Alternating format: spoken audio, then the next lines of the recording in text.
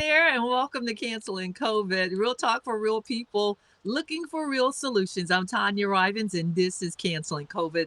Thanks so much for joining us as we work together to build stronger families and communities in the middle of a global pandemic. It's a wonderful day outside, and I'm just grateful that you're taking time to just hop on for a minute and chat with us. So, not only are $1,400 stimulus checks on the way, give me the money. I saw someone's calling them Biden bucks. Well, call them what you want. You got some money on the way. President Biden is cautiously giving the country hope. In his national address last night, of course, the president said and urged all states to offer vaccines to all adults by May. He even suggested that the 4th of July, Americans could be celebrating in person with their family and friends. Think about that, boy. We can get back together, barbecue, cookouts, you name it. Oh, that's a lot of us ready to get back together and just have fun, enjoy one another. So let's talk about the question of the day. And our question of the day, we're asking once we get to the final stage of vaccinations around the country, truly begin to open, what's the first thing you're going to do? I'd love to hear what you're going to do. I don't know. I've got something binging right now, someone trying to reach out to me. I am talking right now, canceling COVID. But the question is, what is the first thing that you want to do once we get back to, the new normal is what I like to say. So I'd love to hear from you. I think for me, just getting with family, I love being around people that love to laugh and have fun and just stay positive. And you can do that. And we haven't been able to do that in so long. Get to travel, visit family and friends. I heard from an old friend just the other night. She was online doing something and saw my name. She was like, girl, I was just thinking about you. It's been so long, and it was so good to hear from her. Just made me smile. I'm talking about Ray Glover. I love you. I love you. I love you. Thank you. So now the return for normalcy is what we're all after, of course. And for so many of our children, that return is just days away. On Monday, Charlotte Mecklenburg middle and high school students, they're getting ready to begin in-person learning 2 days a week. So get ready. It's time for you to get back on schedule. And it helps the parents out too, an awful lot. Now, on March 22nd, elementary students, they're going to switch to in-person learning 4 days a week. And all of this comes as Governor Cooper, our governor here in the state of North Carolina, signed a bill to reopen classrooms across the state. And I'm so happy to see this happening because I know it's been a struggle. It's been a back and forth. And parents, why can't they go to school? And people saying, other parents, well, I want safety first. And the teachers, I need to be safe as well. So looks like we've reached some type of happy medium, at least for now. And coming on to join us to talk about this, my favorite, my all-time, pick up the phone and call. I need you. And he's always there for me. I just love them, love the family. They can't get rid of me. I'm talking about State Representative Kelly Alexander. Hey there, good afternoon. Thank you so much for taking the time to join me. Oh, my pleasure, as always. Well, I appreciate you. So, first of all, let's kind of talk about remote learning and how it's impacted our children here in the state. Well, it's a mixed bag. For some people, it has been very successful. If you've got excellent internet connections, if you happen to have a school system that was doing some thinking in the beginning about how you could deal with technology, you had a relatively stress-free transition. Unfortunately, that doesn't define most school systems or most folk, within the state. And unfortunately, if you were living in a place that had very poor internet connection, like in the rural areas of the state or in some of the inner cities, um, or if you were living in a home where there were only one or two computers and somebody was trying to do some work, and your siblings were trying to do their homework and you were trying to deal with yours. And so the demands on that device were greater than the time available. All of those things would contribute to you not having a very good experience. And over time, for some people, some students, um, it was a challenge for them to just mentally engage in staring at a screen. And I can relate to that, and I suspect you can too.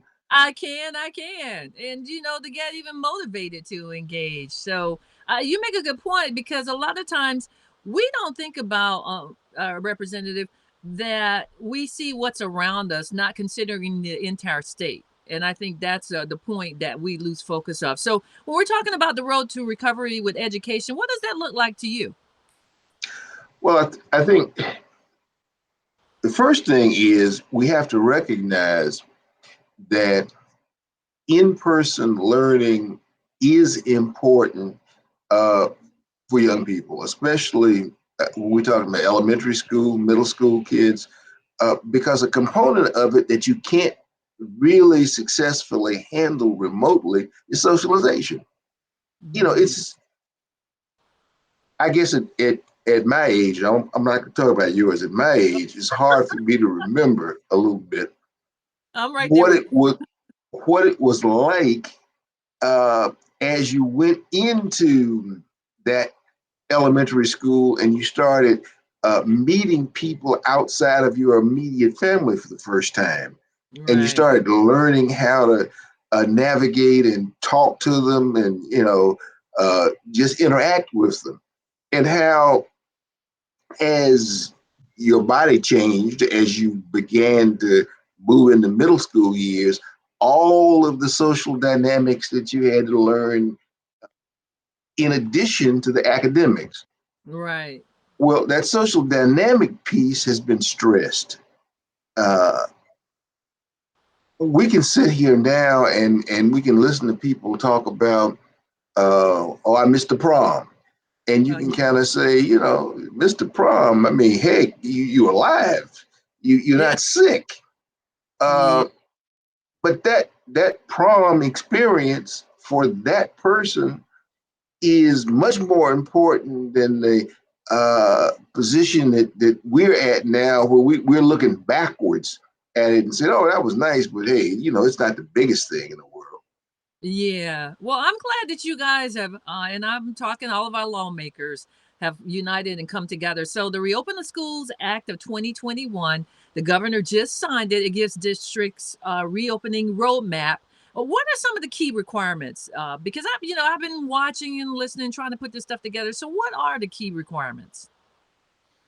Well, in essence, the key requirement now is to follow those two plans that you talked about earlier, uh, and what activates them is what's going on in terms of the numbers of folk who are being infected, being admitted to the hospitals.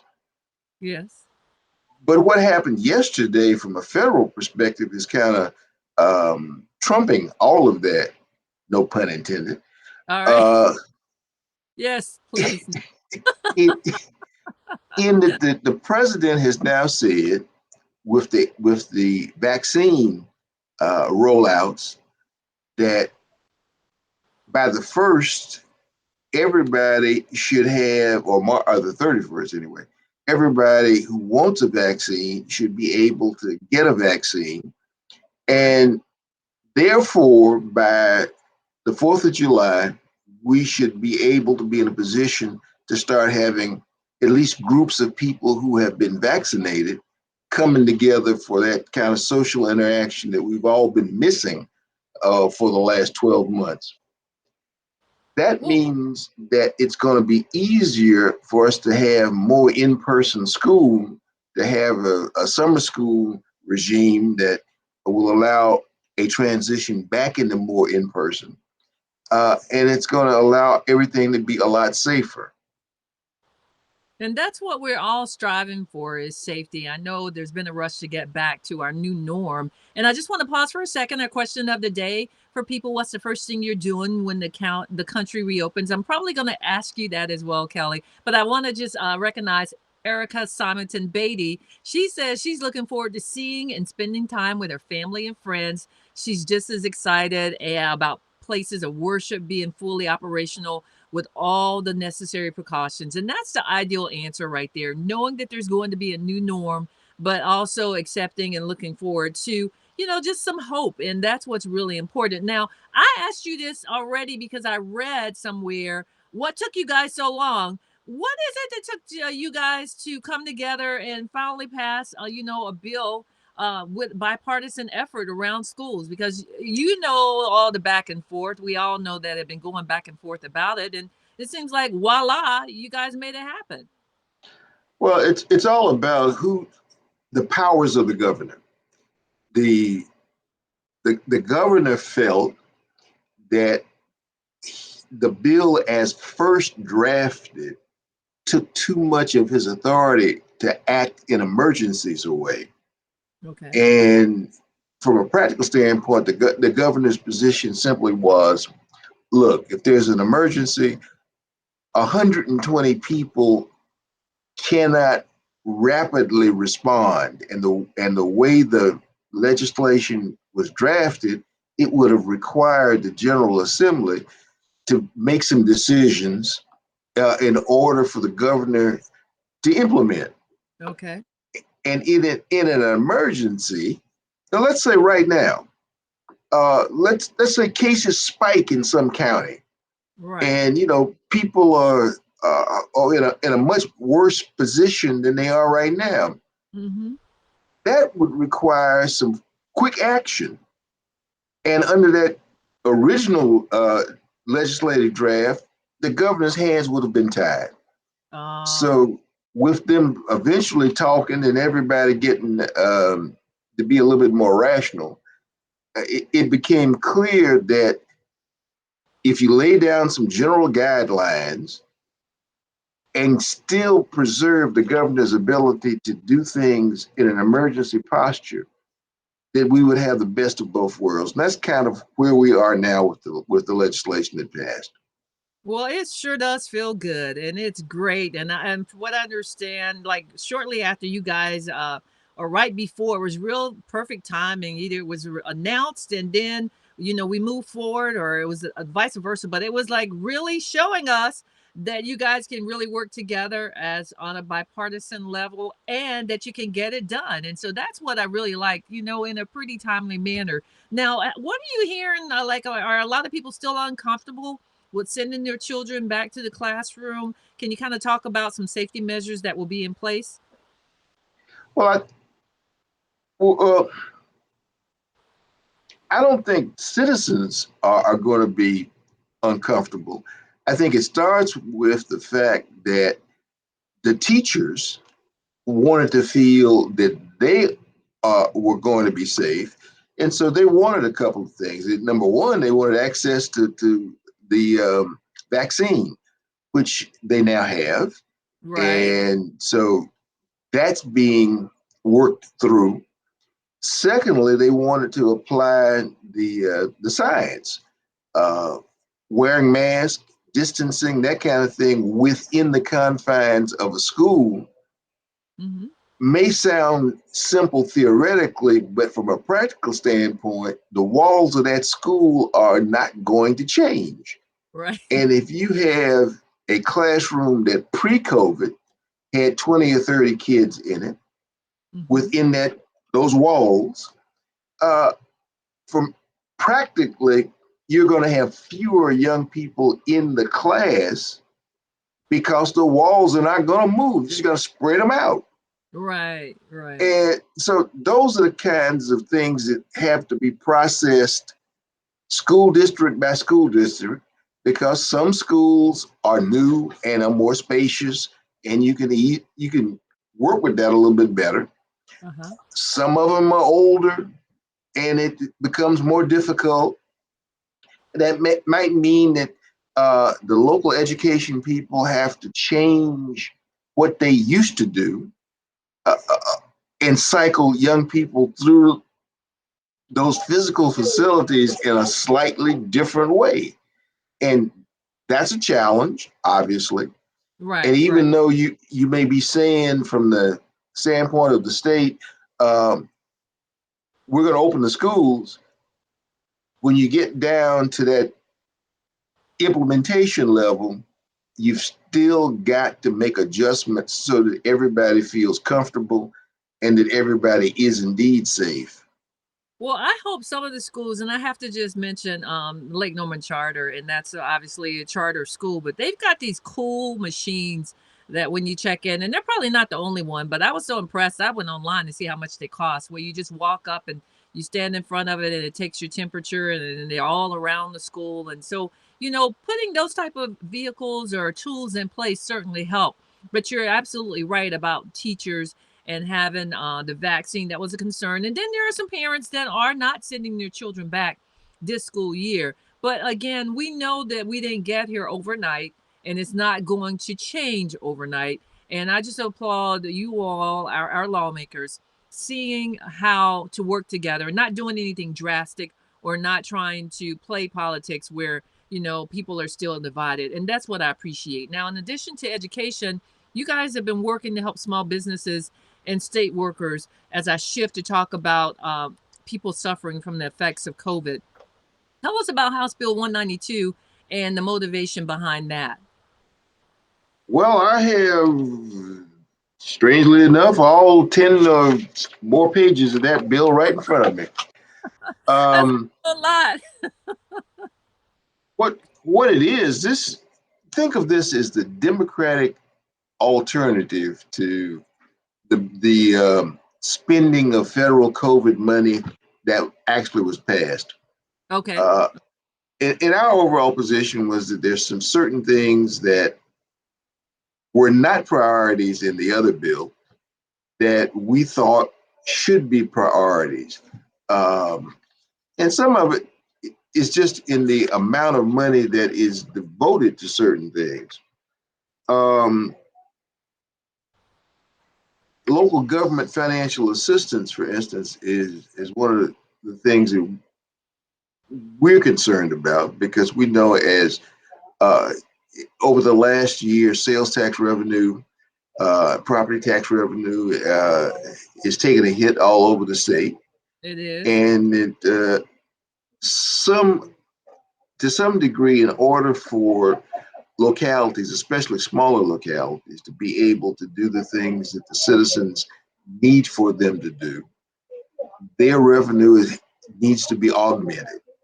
And so that was one of the things that we focused on. Wanted to make sure that things like food banks, which have become more necessary to help sustain people, you know, clinics, that they had adequate funding to keep going, because you don't want somebody to uh, come to a place where they feel that they're starving. Right, right. That their basic necessities aren't being met, and they don't have an idea how they can meet them.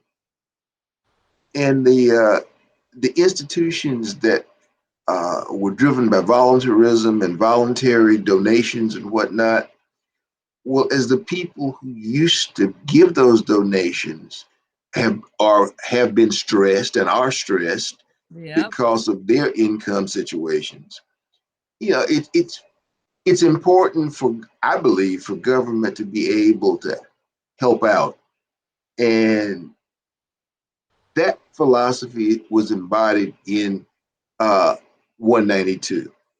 So what's the next step for the bill? Good work, good work. What's the next step? Well, think of it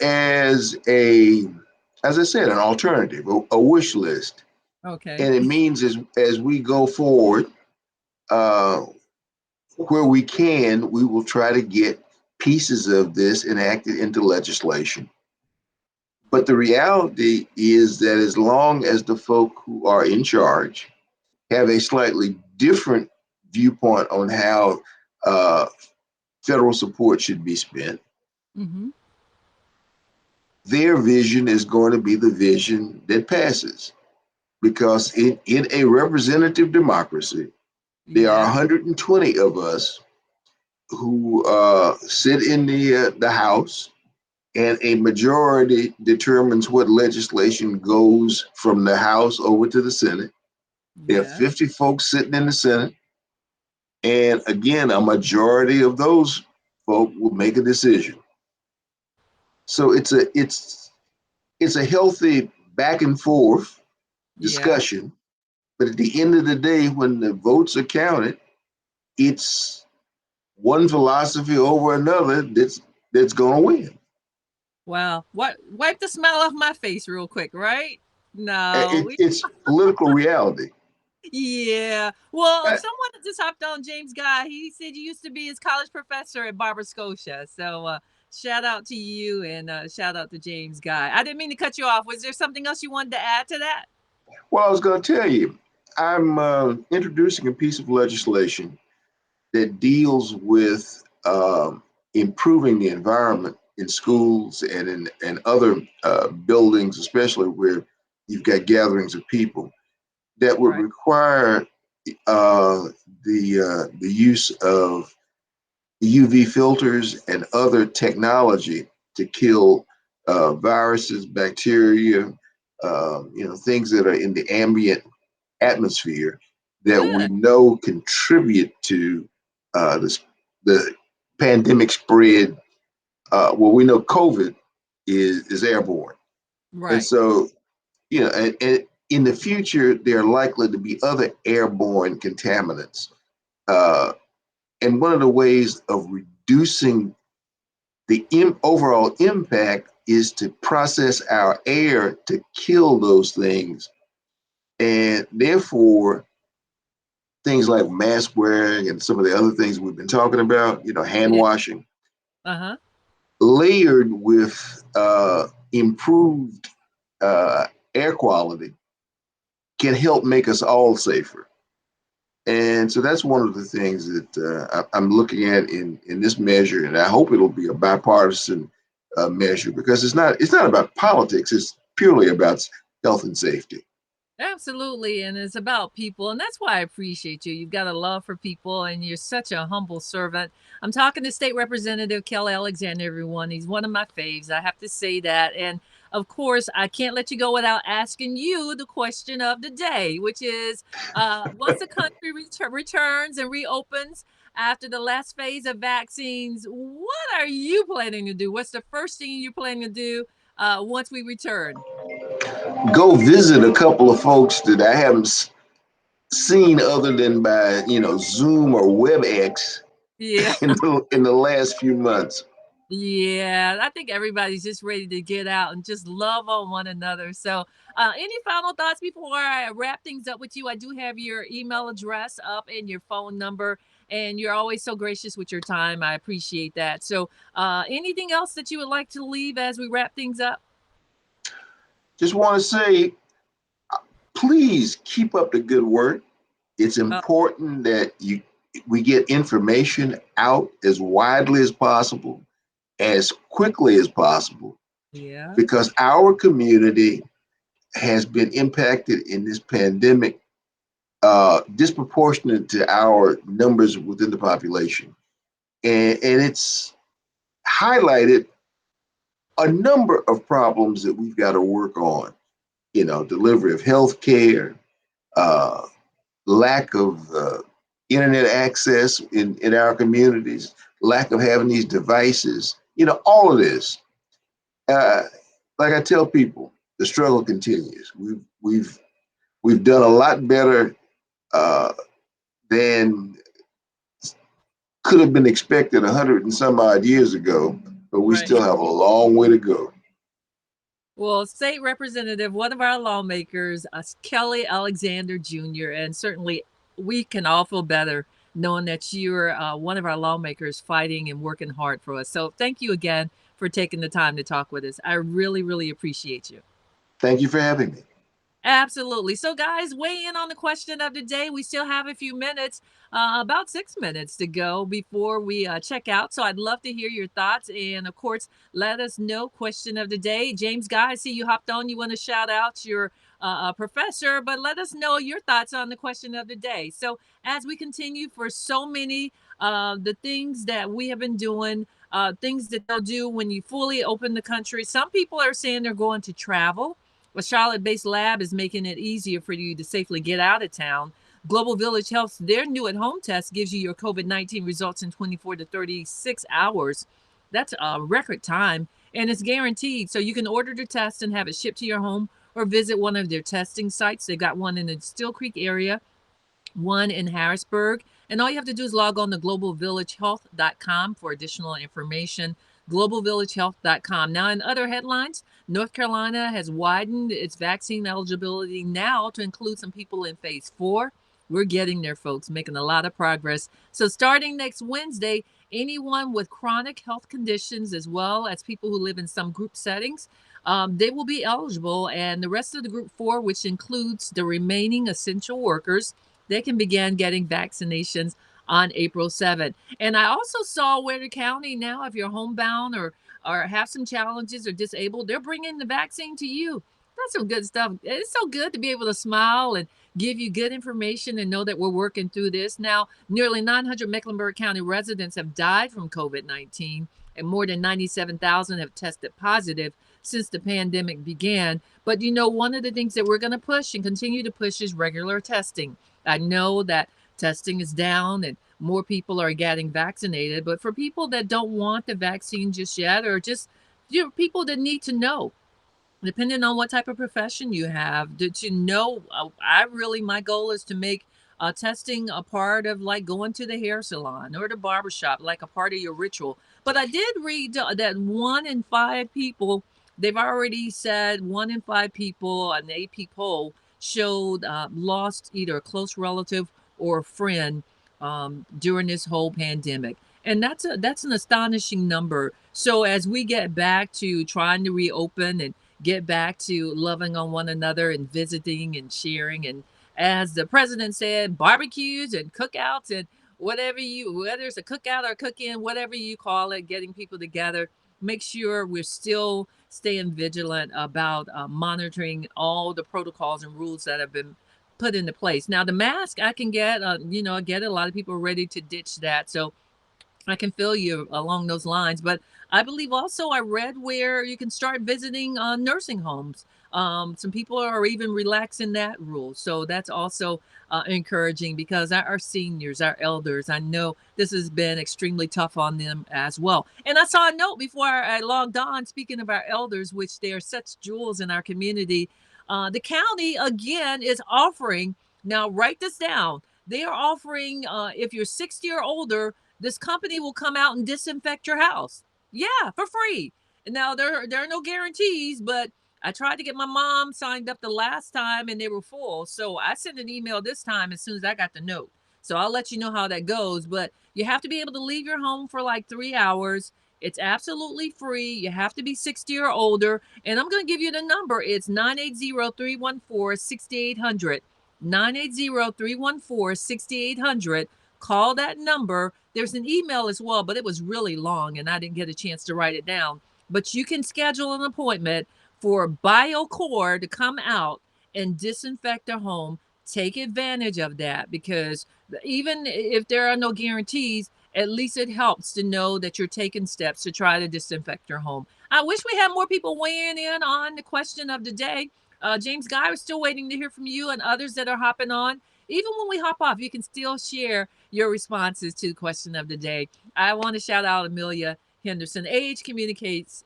She does a great job coming up with the questions and keeping me on point as we start to wrap things up. Thank you again to State Representative Kelly Alexander Jr. Their work in our community speaks volumes, and the family is, their legacy speaks volumes in our community as well. So I appreciate him taking the time to talk with us and even talk about this whole agreement where we're able to reopen schools. So if you're like me, you're ready for your child to get up every day and go to school, or at least get up and do something besides getting up and hopping online. But we also know that it's important that they go back to some really safe schools. So make sure you join me on this Sunday, Sounds of Inspiration. I kick off at 7 a.m. I come on at the G-Man, the early morning gospel show at 6 a.m. His name is James Guy, and then I come on at 7. So the early morning gospel at 6, Sounds of Inspiration at 7, and we bring you inspiration and information. This Sunday, we're going to talk about LEAP, which is the Energy Assistance Program. Y'all, there's some money out there, and we don't want to give it back. So you need to apply for it, even if you've got an extension on paying some of these utility bills. When it's due, it's due. So you better take advantage of this. So a conversation about that, and we're going to talk about Niner University as well.